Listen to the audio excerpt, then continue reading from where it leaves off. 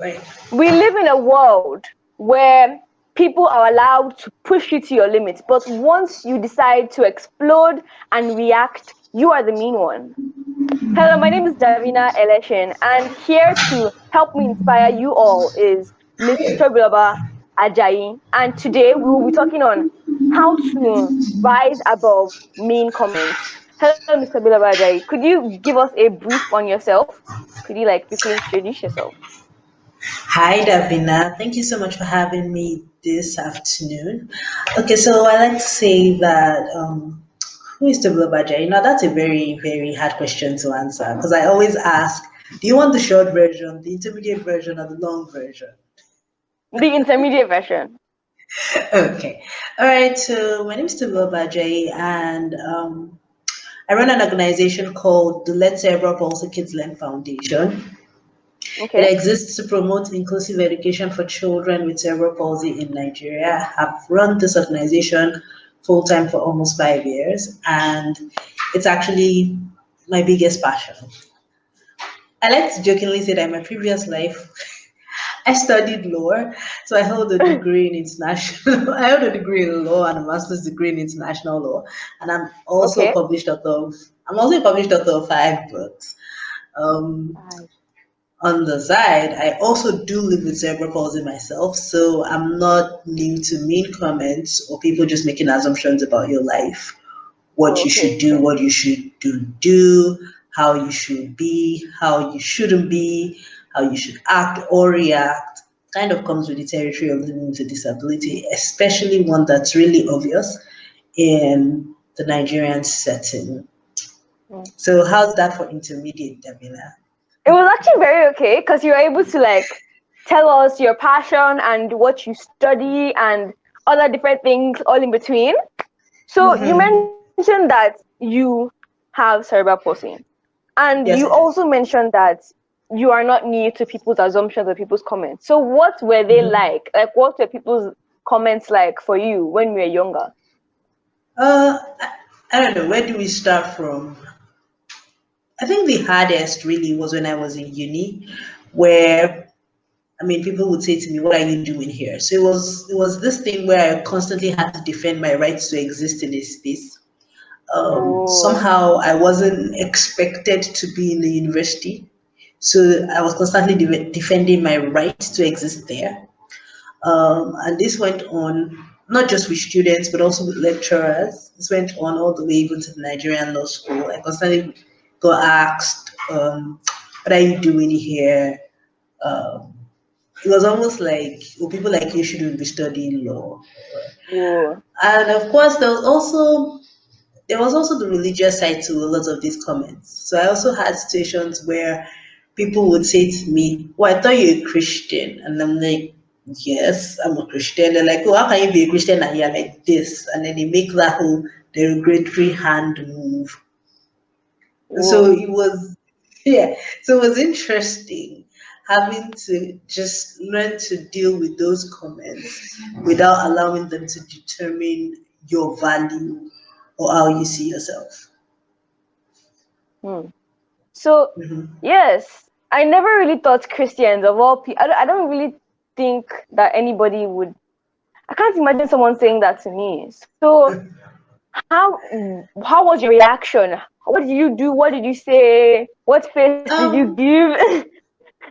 I think that initially, I mean, for the ones in uni, my answer was just, "What are you doing here?" My go-to answer was always the same thing you're doing here, getting an education, right?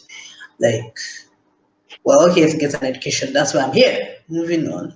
And for the church ones, it was always a this is time to walk away situation because I realized that it's not everybody that you engage. Because if you keep stopping to, respond to every dog that barks, you really never get to your I'm writing that destination. down. So you can't keep stopping to, respond to every dog that barks or throw a stone at Mm-hmm. every dog that barks. You will never get to your destination. So at some point, you have to realize that it's not everybody that you respond to.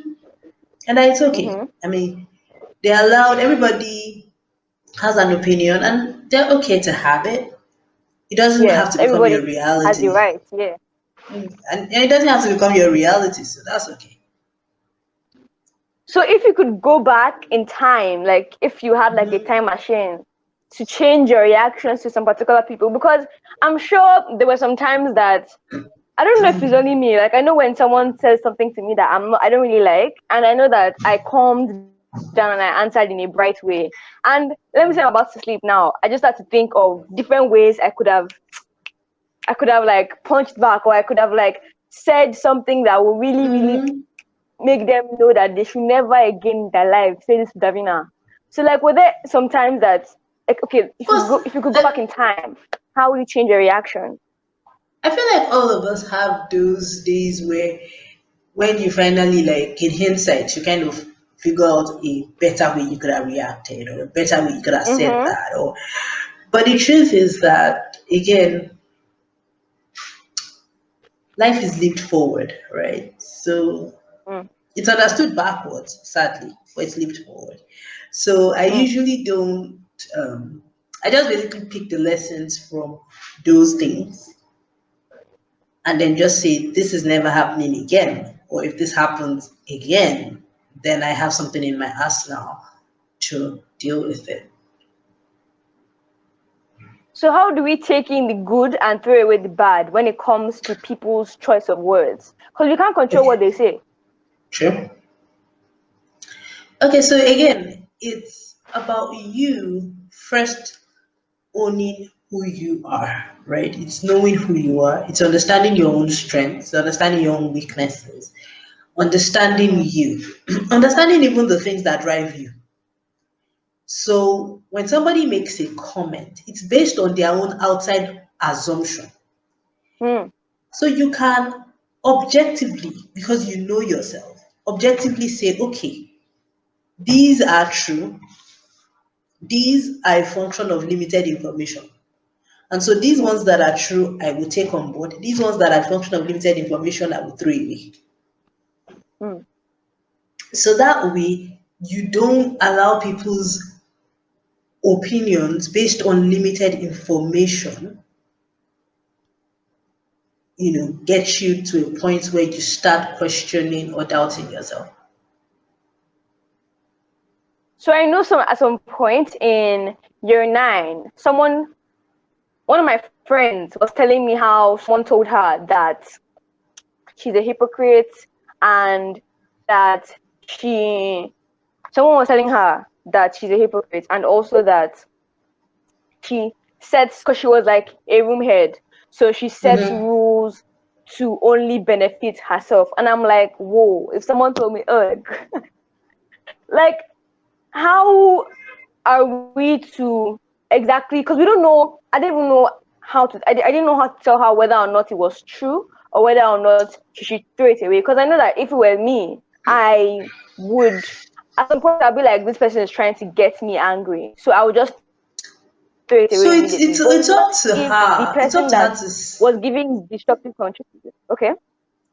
so it's up to her to sit down and say objectively, if it's even possible to like take out a book and write down all the rules she's made since she became room head and say, did I make these rules because of me, or did I make these rules because they benefit everybody?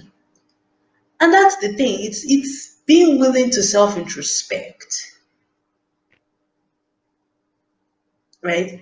And when you've done that self introspection, you've checked, you've looked through all the rules, she's seen that, okay, I wasn't trying to be selfish, I honestly was looking out for everybody's good. You throw it in the bin, like, well, this person will be all right. Like, they'll be very all right. So how are we to get the constructive part out of destructive criticism? So, again, the ability to just self introspect, right? So, somebody comes and says, you're just an hypocrite. You only make rules to benefit yourself. Okay, I hear you. I will sit down and do my introspection, and then I see, okay, am I making any rules that may seem hypocritical in nature? Are there any rules that I'm making but I'm not following? Mm. And that might, that might throw up some blind spots for me as a person as well. I mean, now realize that, oh, there are some of these rules that I made, oh, but I'm kind of breaking them, sha. And so Mm-hmm. that might be a way to now constructively do better, right? But if you focus on the you are such an hypocrite, you will lose what this person could have communicated, which is how you could have been better as a person. So Mm-hmm. it's to just constantly focus on what is the message here. What ignore all of the jibes and all of the insults that come with it, and focus on what's Mm-hmm. the message the person's trying to pass. And if there's anything that holds up in what they're saying, you give it, you know, you give it thought. But if nothing holds up, you throw it out and move Hold on. up in what sense? So if there's something that's kind of true, so if somebody says you're being hypocritical and you look at maybe all the rules you've made, maybe you've made like 15 rules since you became room head, Mm-hmm. and you realize, okay, of all these 15 rules, there's this two that I usually don't necessarily keep. So on these ones, this person might have a point. So Mm-hmm. those two hold up, right? Those two hold up. The rest don't. You throw away the rest, and then you work on the ones that hold up. And Okay. that's how you deconstruct criticism and pick what's relevant to you. Yes. I think anybody here that is listening, that you are in a place where people's comments are always getting to you, or like now I attended a summer boot camp, and that's why I met you, ma. So I Mm-hmm. wish everybody else there heard this, because when we were asked why teens wouldn't like to be leaders, the main thing that kept on coming up was people's comments, or, oh, I don't want to be judged. But we've got to realize that people's comments will always be there. There's no that Mm-hmm. you can't change it. But then, like you said, we have to always self introspect, and I think I would try that myself, and I would tell the person that told me about the room head situation. I'll tell her that too. So I'm Mm-hmm. a Christian, and you too are a Christian. And Mm-hmm. I've heard Bible verses like everything is working together for our good, and we have Mm-hmm. an expected end at the end of Then, our, like, we have mm-hmm. an expected end with God and all that kind of stuff. So what that means to me is that everything that goes on in our life, good, bad, ugly, beautiful, everything that goes on is to benefit us. So how exactly have you benefited from people's negative comments? So I would say that negative comments have made me wiser to a large extent. Whoa. So yes, so when somebody comes and says, people, this school is not made for people like you, or people like you don't deserve to be here. While that is supposed to get me angry, I then step back and say, why is this person saying this? And then Mm-hmm. that opens up a whole can of worms about just society, the way society sees people like me, or just societal expectations around disability and issues.